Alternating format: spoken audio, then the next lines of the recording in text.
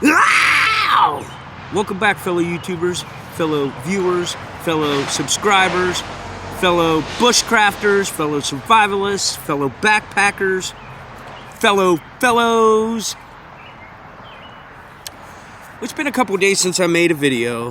The weather out here has been pretty crappy, and I mean, although surviving and bushcrafting is about being around all the weather and being outdoors, but with the weather being bad and us working here doing repairs, we thought it was a good time to work on repairs of the house and things around while the weather wasn't so hot and muggy. So I got this chance here to sit down and talk to you guys about repair kits.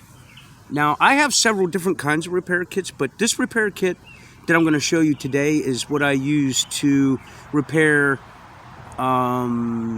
gear like backpacks, utility belts,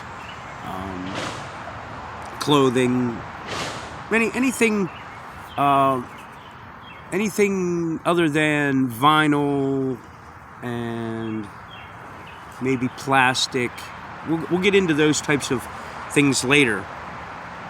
But this repair kit is more of the general purpose for necessities, things that I'm going to be using or wearing. So the first thing I always do is I always carry a tiny tube of shoe glue. This is for my shoes, obviously, but this also can help for patching, plugging, sealing. Say my tent gets a hole in it, I can seal it up with that.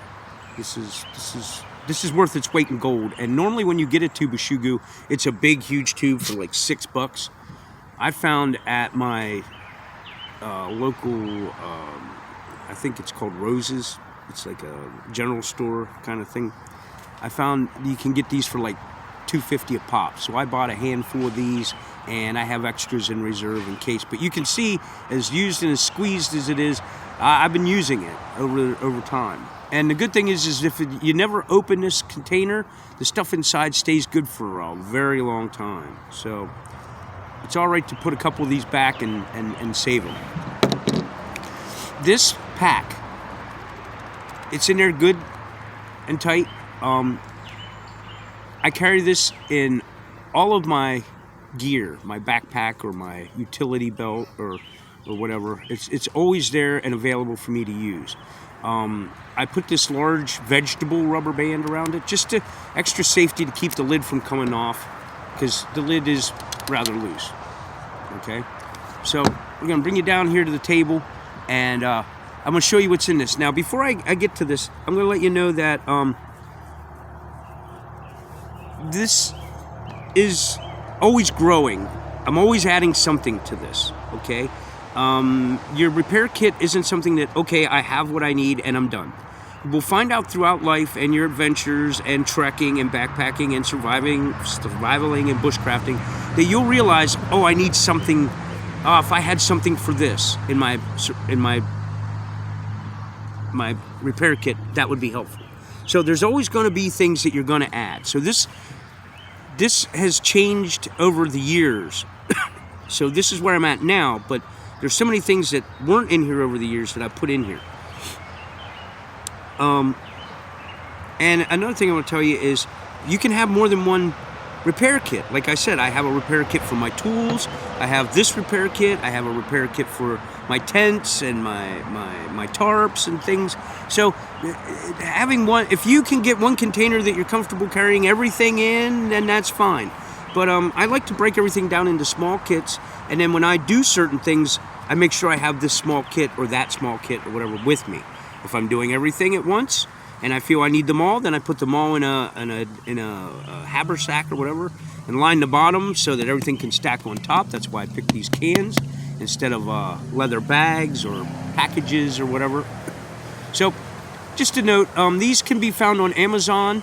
I think I got 40 of these for like $6 or something. I could probably leave a link for that, and maybe other size containers if maybe, because I have a round one that I keep stuff in, you know. So Amazon has it. You know what I mean? So come on down to the table, check this out.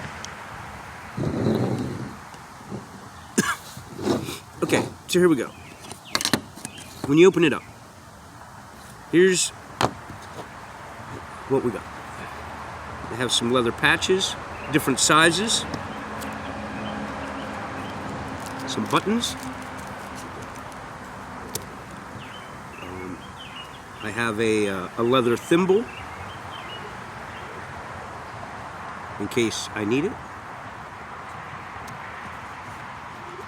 Now, this package here is another strap of leather. So, inside here, what I did was, this is a large piece of leather. The reason why it's large like this is so that I can cut patches off it or pieces off it to be able to make, in case I have bigger holes or bigger things that need to be fixed. I have these little dowels from my other channel that are left from raw rolling cones. I figured I don't have a use for them. Instead of throwing them out, I'll find uses for them. So what I do is I roll my thread or my sewing material around them, and then I put a slit at the top to hold it so I can take that out of there at any time. I have some with sinew. Then what I did was I sewed a piece of denim or velour, I guess, or something to it. And then I put all my different needles on here. So I have sewing needles, leather needles, different types of leather needles, different types of regular sewing needles for thread and things. And then what I do is I just fold it up like this.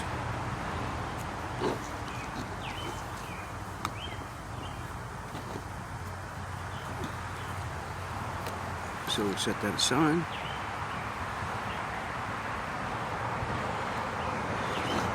Now, inside here is everything I need to do what I need for repairs. Now, I took another piece of patch material and put it on the bottom so it doesn't clank around and make a lot of noise. I have some bent needles for sewing. I have a piece of, this is from a Dremel, in case I need to sand something or you know, take care of my nails, you know, whatever. I have a carpenter's pencil I cut in half to fit in there. I have some safety pins. I have a needle threader with a thread cutter on the other end. Paper clip. And then I have these two needles. These are made of bone. This one's a bone needle from elk bone, and then this one's a ram needle from a ram horn. I've had to sand a sharper point on there. It was kind of lumped off and rounded off real bluntly, so I kind of sanded a point onto there. Actually using this. If I need to sharpen my needles, I have that. And then I have paracord needles. So when you're out and about, paracord is like your life support, okay? And you'll use it for many things. And I wrap it around my axe handle, stuff like that.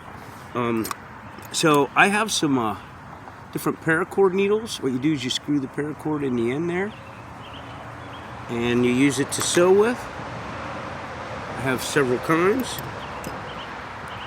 I have them for leather as well. Here's a leather needle that you do that with.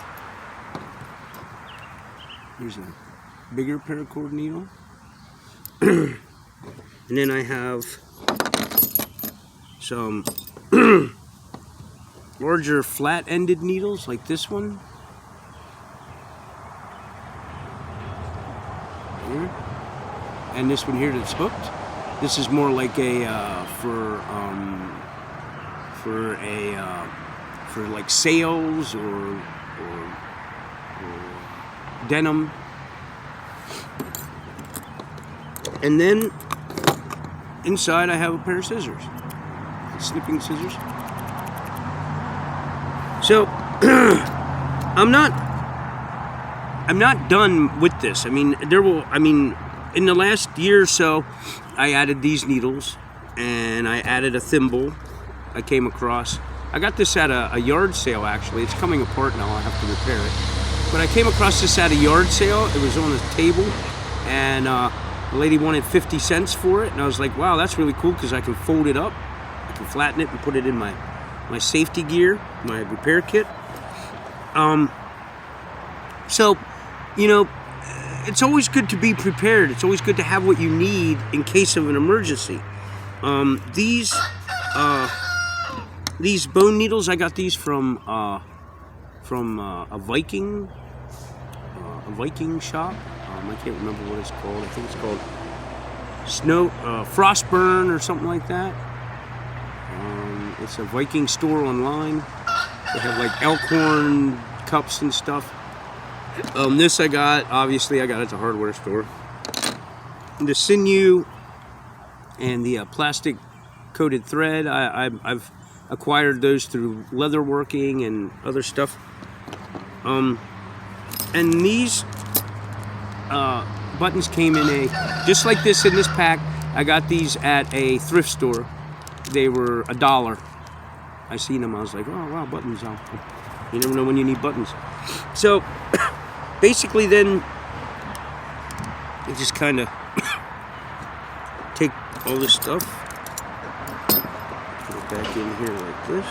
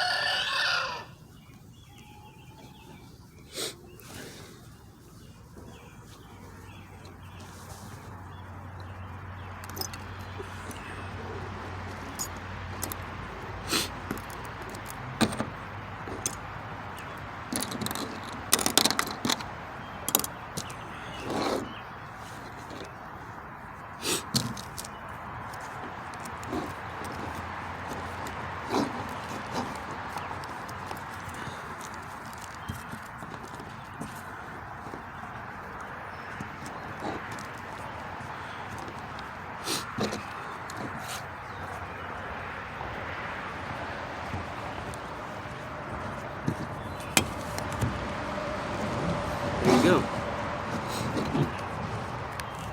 Wrap the rubber band around it.